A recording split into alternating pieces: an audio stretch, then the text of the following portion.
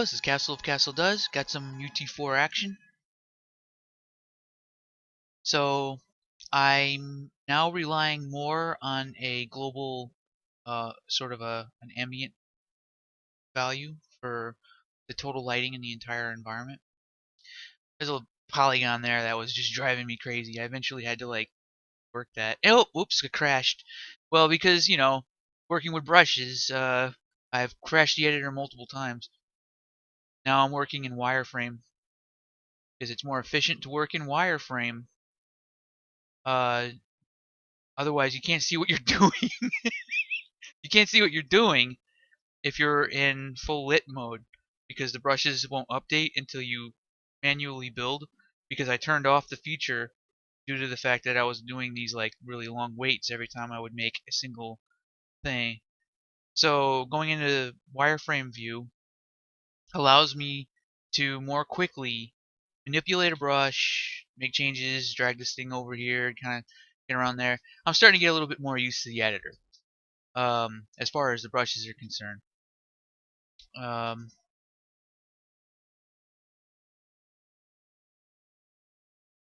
and I ended up kind of doing some kung fu as well.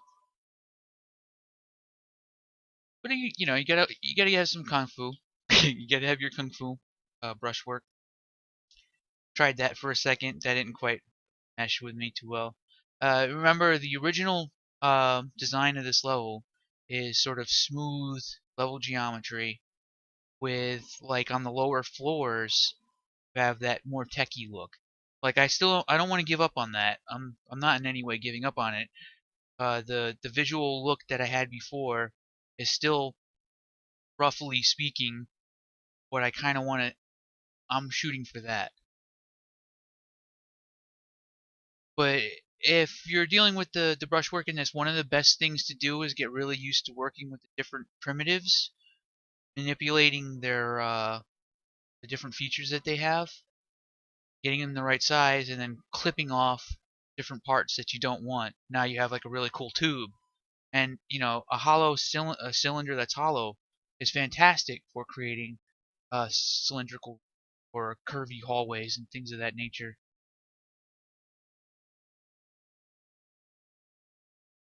Oh man, you have to be really careful. I mean, brush in all brush-based editors, you know that working with a brush can be a dangerous thing.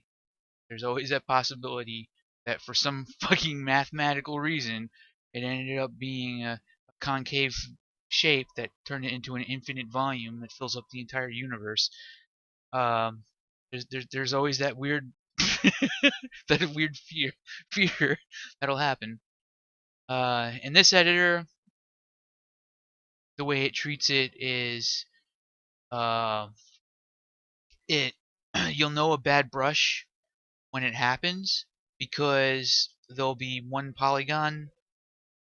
Yep, you saw it right there, right there. Ooh, I knew it was done. I knew it was done as soon as that happened. I just gave up on it. But as soon as you see a polygon split, if there's any kind of a triangulation going on, that brush just delete it. For all you know, it's going to cause something on the other side of the level to have collision.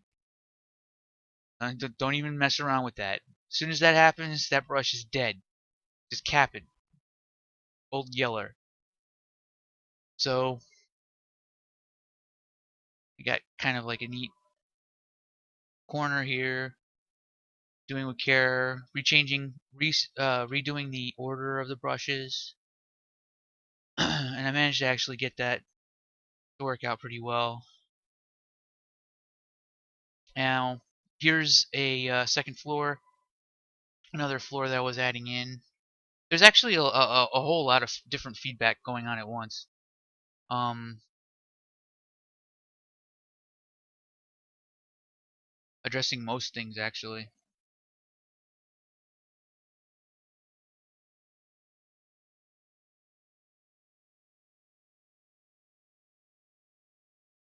Once I started getting into the groove of it, this actually ended up being pretty fun.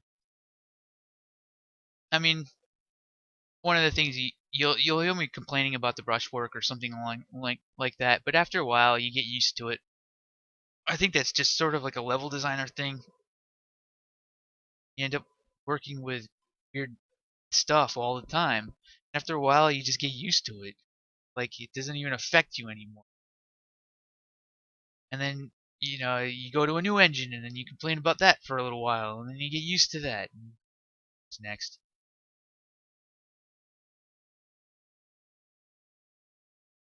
I've never worked in the perfect tool set. I've never worked in a tool set that was 100%. There's always something. So far, UE4 is fucking fabulous. It's fabulous. I highly approve of it.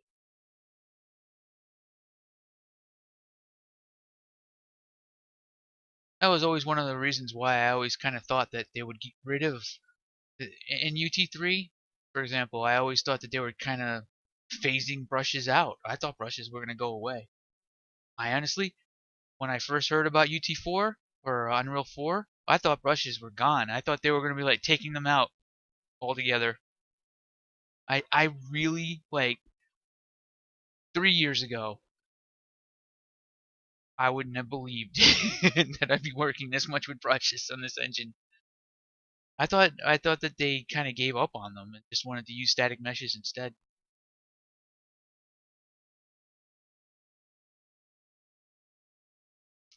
Which when it comes to like a single player console based game where it's not an arena shooter.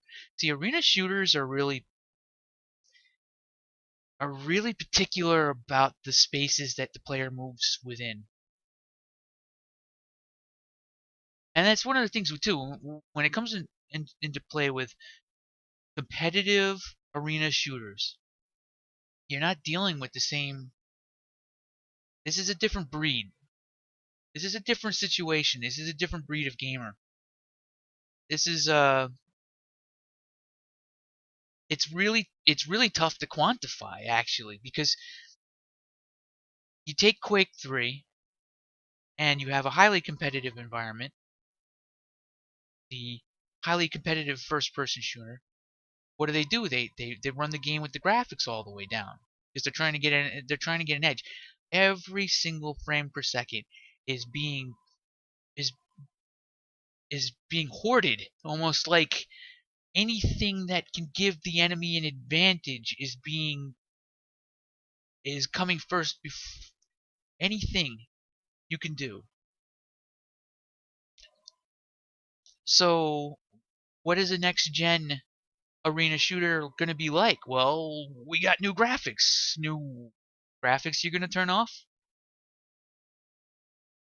And what are these new graphics going to entail? What brushes? You want to know why? Because brushes are better. A geometry solution that's based on on creating spaces rather than pretty environments actually comes first, because your spaces are easy to quantify as soon as the player enters them, or wants to guess where the other person is, or any of that stuff. All these things. They'd prefer brushes. But there's still a push to once upon a time, the first person shooter was the primary force pushing 3D graphics. But now that games are there's more of a competitive environment. I mean, I could say that there's there's still a huge push to continue that. But the thing is that um, when you're doing a competitive arena shooter,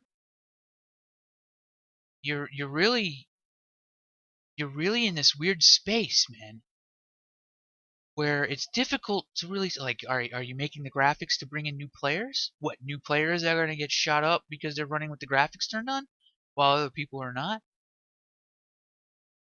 And there's a lot of really good, really amazing uh, arena shooters that have astronomically tiny communities. Meanwhile, CS:GO is going absolutely strong, trying to get, and the maps are uh are fairly pretty, but CS:GO versus Call of Duty, for example. Call of Duty experiences growth every year. Every single time the next Call of Duty comes out, it's a completely new thing. Well, it's not a completely new thing. It's a reworking of what's already there, and the game experience is sort of a weird uh continuation of, like, its gameplay continues to more, more is better, keeps adding more kill streaks, more death streaks, live streaks, and who knows what the hell else is going on, 4,000 guns, whatever. While CS:GO has remained almost unchanged in the last 10 years, maybe longer. The levels got prettier, but arena shooters don't even have that, right? Well, so what are we looking at here in the competitive space of an arena shooter? We're looking at Unreal Tournament. I tell you right now, Unreal Tournament is not a competitive arena shooter. Although there have been competitions. But for the longest possible time, my understanding has always been that Unreal Tournament is more noob friendly. It's the Call of Duty versus the CS:GO. You have those two spaces. Call of Duty is more noob friendly. Unreal Tournament is more noob. Anyway, I ended up going on a rant with that, but most what you were watching mostly was just more and more brush work being done on that level, getting everything into a good playable space, and being as malleable as possible for additional feedback. All right, thanks for watching and hearing me rant.